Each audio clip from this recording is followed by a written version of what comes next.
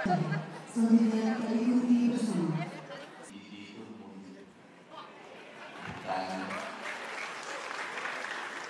Jadi kalau profesor, doktor masih sudah banyak, tapi kalau yang resi mah jarang.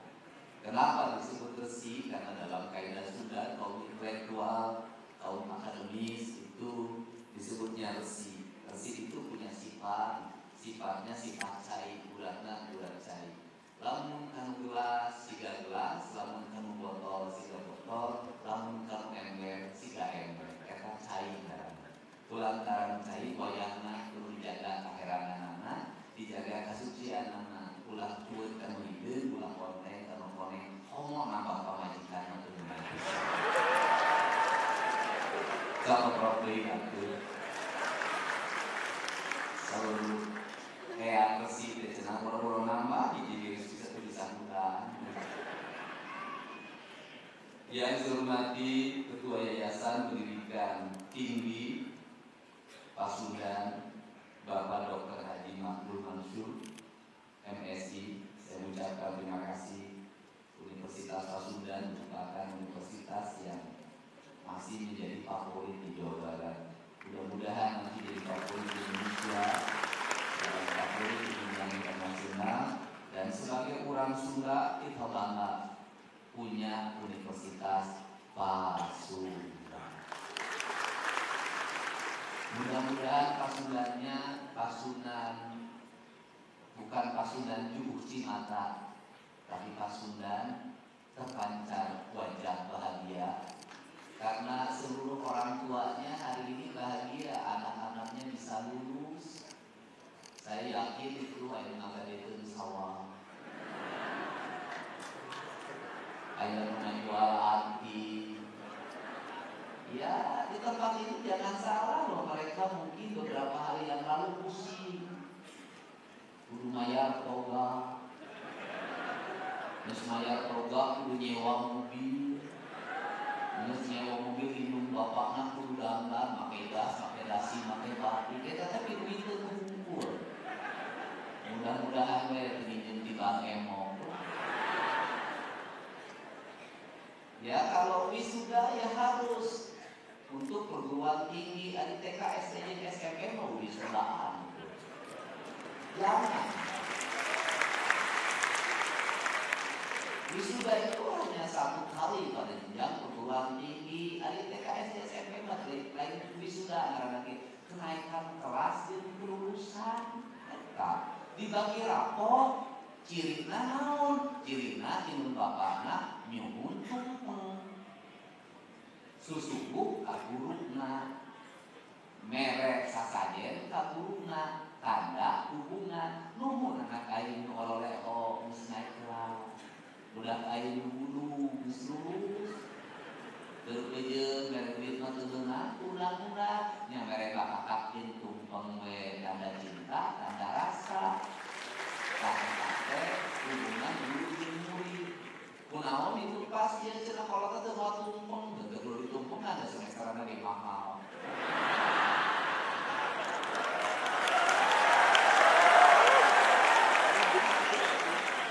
Saya ini kalau ngomong susah berkendali, kok susah berguna. Ya, atuh dah wajar mahal ge. Dan aja mah dididik ku bapakna mau bisa ruangan di ASEAN dilipat. Bangga. Dalam rumusnya tidak ada orang tua yang jatuh miskin gara-gara pendidikan anaknya. Tidak. Saya ini bapak saya, ibu saya, anaknya 9, hampir semuanya jadi sarjana. Sawah nu sajeun kajual, kebon anu sakumba kajual, teu we. Tapi ka ayeuna, naon sababna? Karena ada 2 hal dalam ilmu kehidupan. Siapa yang bangun rumah sesuai dengan ukuran hidupnya, siapa yang menyekolahkan anaknya, maka rezekinya akan terhampar dari seluruh penjuru langit. Yakinlah itu. Asal budakna bagus. Ayo ruksakna kolot tuh naon lain ku biaya kuliah, lain ku biaya jajan. Rusakna kolot tuh naon ku bohong anakna. Bohongna kumaha? Ku naon duit semesteran saya dibayar ke. Oh, ngaku pakai kartu tadi padahal mah kamu pun harus. Ya ini kan terjadi juga, jujur aja, ya kan? Itu tapi lamun anaknya jujur jeung junun, rezeki kolotna ngalir, kuliahna anggeus, geus anggeus kuliah terus digawe, bisa dagang, bisa jadi pantau, bisa nawe mangpaat jeung kolotna, sumujud ka indungna, sumerah ka bapakna, berkah hirupna, boga pamajikanna bageur, geulis nyaah ka indung bapakna, boga salakina bageur, kaset nyaah ka indung bapakna, nyaah ka mitohana eta. Mending kene boga pamajikan geulis nyaah ka kolot daripada boga pamajikan goreng bengek timuruan ka kolot teu nyaah. Jadi untuk itu saya sebagai Gubernur Jawa Barat mengucapkan terima kasih atas jerih payah ibu dan bapak menyekolahkan anak-anaknya. Cekurang sudah apa nyekolahkeun budak teh keubeuh ge dibagi dua. Karek ngabuak dibagi dua. Bagi dua yang anakna. Ini apa sih? Justru dengan jerih payah ibu dan bapak, indeks pembangunan manusia di Jawa Barat meningkat, indeks pendidikannya meningkat. Itu yang menang penghargaan gubernur. Benar tuh? Gubernur siapa? Ibu, mak Ici, mak Ero, mak Ana, Cedina, Ceditin, Cetati, Cedita. Gubernur menang penghargaan. Gubernur Jawa Barat berhasil meningkatkan indeks pendidikan rakyat Jawa Barat. Siap. Menang penghargaan tamu digawe mah ieu doktor, profesor, indung bapakna, mah emang menang penghargaan ngumpul. Makanya hari ini saya mengeluarkan kebijakan karena angka putus sekolah di Jawa Barat tertinggi di Indonesia, maka saya akan membuat tim yang bisa kepala sekolah langsung lapor ke ketua tim ini. Kalau ada anak di Jawa Barat berhenti sekolah gara-gara urusan ekonomi, maka tim kami akan menyelesaikannya dari mulai SD sampai SMA. Apa sih yang menjadi penyebab orang Jawa Barat terhenti sekolah? Kurang nanya kabe. Naon? Saya kemarin itu berhenti nungguin teman-teman makan, saya nunggu di luar, tiba-tiba ada emak-emak menghampiri saya sambil menangis. Ayo mah, diomongin saya. Ada mora ceri, kalau nggak dulu. Saya sudah tebak, ibu apa? Ini anak saya nggak mau sekolah. Kenapa masalahnya mau? Masalahnya itu ya seragam belum kebayar. Berapa bu? 1.200.000. Kan sekolah mah udah nggak bayar ya seragam. Saya mah balik nanya, hari jajan sabaraha anak ibu? 20. Nah itu kurang sunat. Hari siang Aisyah juga kabayar, dari 20 sampai kabayar. Ibu bisa nggak sih jajannya dirubah 5.000, 15.000 untuk bayar seragam? Kalau kaculik gitu, enggak tuh ada kain terpaksa menerus. Dan saya terusnya dulu orang lain, tidak saya sendiri. Kenapa? Karena si ibu narana tahu dulu. Kan sudah tahu saya tidak akan menikah sama janda.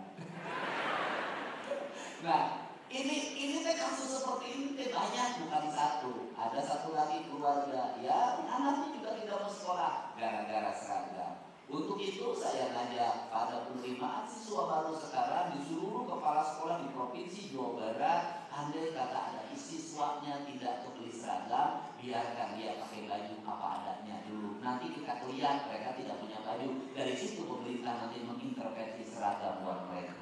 Itu kan. Ini penting. Dan yang kemudian saya sampaikan juga melalui forum ini. Di sistem penerimaan siswa baru biasanya dengan sistem yang sekarang ini suka banyak titipan gubernur, titipan asisten, titipan kepala dinas, titipan dewan. Pokoknya tidak ada titipan.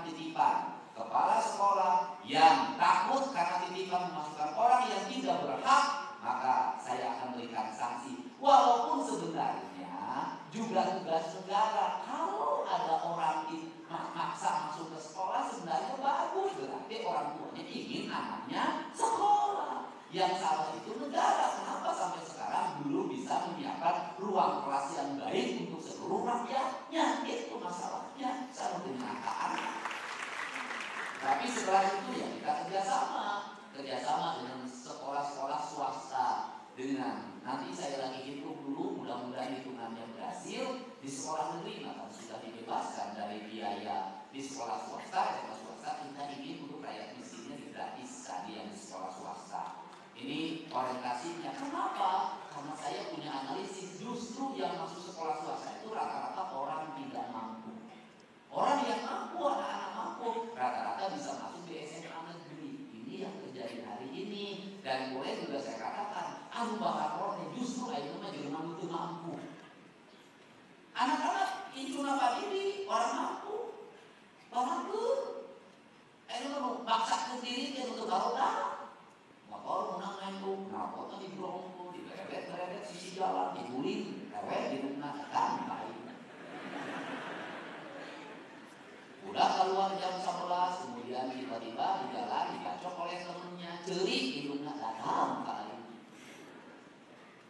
Udah mau dibacok, bapaknya datang ke aing, anu ngabacoknya datang ke aing. Dua nama aing anak bapak balik. Dan ingat ya, sekali lulus orang dibacok di rumah sakit 99 juta. Makanya saya udahlah sekarang dengan pola pendidikan sekolah kebangsaan, orang menyebutnya barat militer. Dengan udah ke 14 poin, beraya, malam saya kumpulin sebagian dengan para psikolognya. Ternyata bisa kalau kita melangkah. Ternyata kalau pemerintah bertindak bisa mengatasi. Tapi ingat, berbuat baik di Indonesia belum tentu kita mendapat penilaian baik. Kita harus berhadapan dengan kaum kritis. Itu Pak Edi, itu di tempat pendidikan ada anak yang sakit nyobaran. Kan aneh di kita ini. Ada orang menjadi pengamat, berkunjung ke barat, ada yang sakit, bukannya kemudian cepat ditangani di dokter, diumumkan di TV. Sekolah tinggi hukum Purnawarman, sekolah bubar kayak ini. Gara-gara jaya ketua yayasan anak ribut sama duit bayar. Nah, itu kemudian pada siang harinya apa yang saya lakukan? Di yayasan itu udah ada SMA, ada SMEA. Saya jualan bala-bala, gorengan, permen, buku tiap hari begini, kira di kantin. Untuk apa? Bekal saya dulu. Anda tahu nggak? Jarak dari tempat rumah kontrakan saya dan kakak saya itu ke tempat kuliah jaraknya 5 km. Kalau pulang kuliah, saya tuh suka ngakalin diri. Gimana caranya ya pulang kuliah makan nasi goreng nggak bayar? Maka saya ikut jalan kaki bareng Pak Komaruz Zaman, pegawai pengadilan agama Purwakarta, Lembang air. Nah kalau jalan itu selalu diajakin makan nasi goreng, makan bakso atau makan mie ayam, gratis makan ayam. Itu saya lakukan. Kemudian saya pandai menulis. Maka ada waktu itu ketua Golkar itu almarhum Bapak Bisrihan Zoko, itu pidatonya saya bikinin. Lumayan itu satu teks pidato 5.000. Saya itu dapat semalam 3 jenis pidato 15.000. Rajin. Setelah itu saya harus nyusun skripsi. Gimana caranya nyusun skripsi? Saya penelitian gratis. Maka saya melamar menjadi tenaga kontrak PT Indo Barat Rayon. Lumayan dapat gaji sebulan 200.000. Sambil penelitian, orang perusahaannya nggak ngerti saya penelitian. Saya penelitian Pak. Setelah setahun penelitian, maka saya bisa ikut skripsi. Duit menang, skripsi andes. Selesai itu apa yang saya lakukan? Menjadi penghubung beras antara pabrik dan yang punya geleran. Maka saya waktu itu menghubungi yang punya geleran, punya beras nggak? Punya, mau nggak dikirim berasnya sekian? Harganya berapa? Di pabrik harganya berapa? Saya antri, saya ngirim truk, antri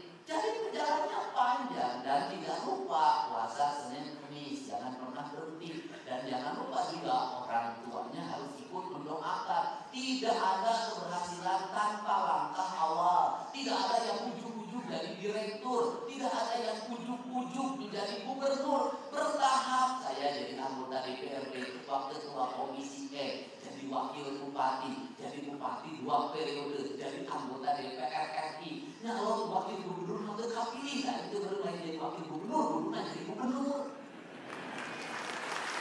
Saya sudah terbiasa menghadapi demo, saya biasa.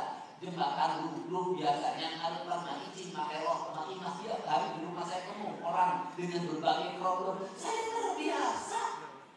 Yang tidak terbiasa satu, saya itu menghadapi wanita cantik, tidak terbiasa. Nah, ini sebuah proses. Untuk itu dimulai. Dan yang paling utama di Indonesia ini tidak pernah sesuai tujuan. Jurusan hukum, dagang bakso, tapi dia jadi saudagar bakso.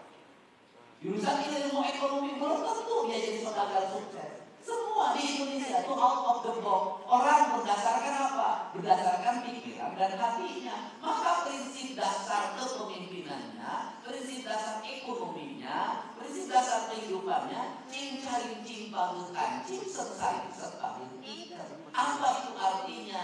Sifat maskulin itu ada pada pikiran manusia, simbolnya kepala, maka dia harus diikat ke maskulinannya agar tidak terlalu maskulin. Karena orang Sunda itu bertuhannya, kata Menteri Agama itu lebih dominan, bertuhan feminin, bukan bertuhan maskulin.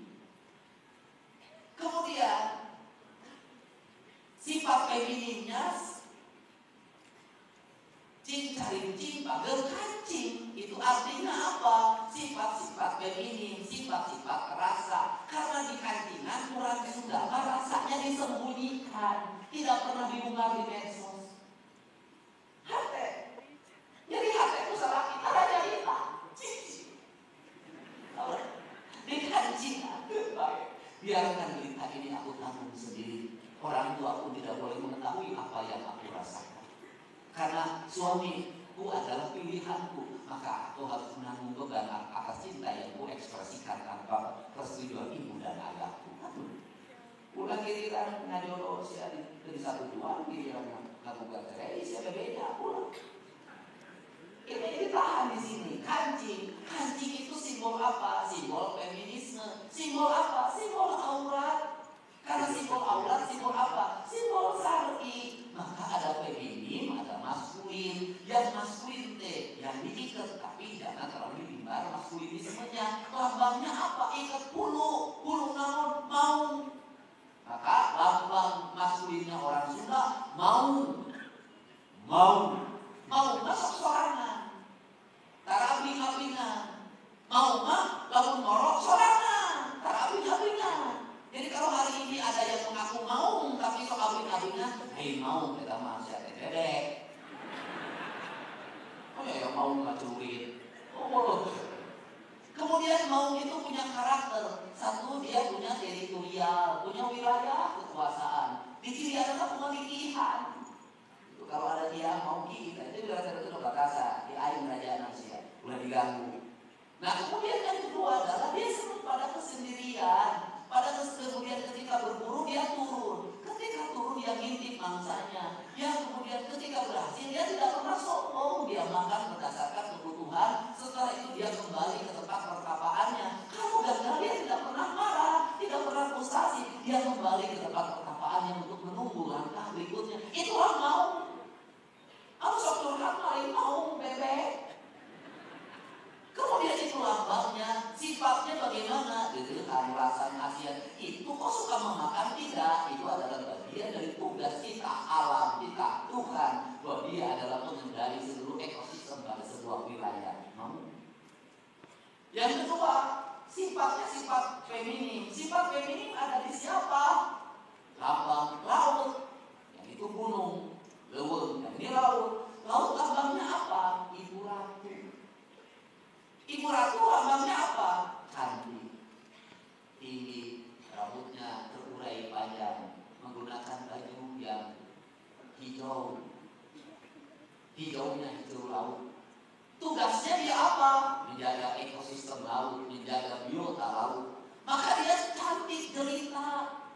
tanding tiada banding, rupa yang tiada tara. Maka indah banget lukisan Basuki Abdullah, luar biasa tentang Nyi Ratu. Jadi itu simbol maskulin dan feminim. Di tanah Sunda kesempurnaan, di tanah Jawa hanya ada femininnya. Di tanah Sunda dua-duanya ada maskulin, ada feminim. Itu simbol. Apa yang membuat menjadi si isu kemusyrikan? Ada Nyi Ratu Kidul kuno jadi di blok. Nah, di orang merasa para laki itu gak arti itu. Nah, ini problem. Untuk itu apa sih? Filosofi ini harus segera dibenahi, dikembalikan pada narasi dasarnya. Itu simbol. Nah, untuk itu kesempurnaan manusia sebagai manusia yang sudah selesai S1, S2, dan S3, maka dia menjadi manusia yang seimbang. Otak kiri, otak kanan, bilik kiri, bilik kanan. Apa? Mata kiri, mata kanan. Kata-kata orang Sunda, jaga pamongku awasna, jaga celik kudangna, jaga irungku angsena, jaga garetahku ucapna, jaga hateku ikhlasna. Keseimbangan itu dalam sistem ajaran kita, maskulin, feminin, mau menjadi ibu ratu, gunung dan laut, hutan dan hamparan samudra. Itu orang Sunda disebutnya itu ajaran Pancawaluya, gerbang Pancawaluya yang saya menyebut sekolah kebangsaan Pancawaluya. Apa itu? Cager, bager, bener, pintar, singer. Di seluruh rangkaian ini saya mengambil yang terakhir saja, singer. Jadi manusia sukses itu adalah manusia singer. Walaupun cager, walaupun bager, walaupun bener, walaupun singer, walaupun pintar. Kalau tidak singer, kerul, kadaya, kehampang birit, hese, layar kayu, ribu. Jadi orang Sunda naon? Kalau para mahasiswa apa yang dilakukan? Tong geureuhan, tong bangun. Sudah. Jangan nunggu pekerjaan, lakukan apa saja. Jangan karena jadi sarjana di rumah mau nyesel. Ngistrika we, ngisikan we. Kalau ada waktu nanti sudah sembuh, kita tidak mampu, orang lain yang mengerjakan. Kenapa? Karena orang tua kita akan memiliki kebanggaan yang luar biasa. Anak ayeuna kamari geus dilantik jadi sarjana. Sudah pakai baju Batman. Tapi ayeuna di imah baekan maraban domba, maraban sapi. Kenapa? Hobi ini akan masuk dalam pikiran. Saya karena sejak kecil senengnya nyangkul, sejak kecil senengnya tanur, sejak kecil senengnya parek, sampai hari ini tiap pagi aing vlog ngapain sawah. Kenapa? Saya senang. Dunia saya adalah dunia pertanian, dunia yang membawa saya kebahagiaan. Esensinya bukan di hasil, itu hasil dari hidung ke hati, tapi di proses saya bisa melihat perkembangan padi dari mulai dibajak, ditanam sampai dipanen, dan itu sarana rekreasi saya setiap pagi. Maka saya ada jadwal yang tidak boleh diganggu oleh siapapun. Jam 5 pagi sampai jam 8 itu adalah jadwal saya ngapain sawah.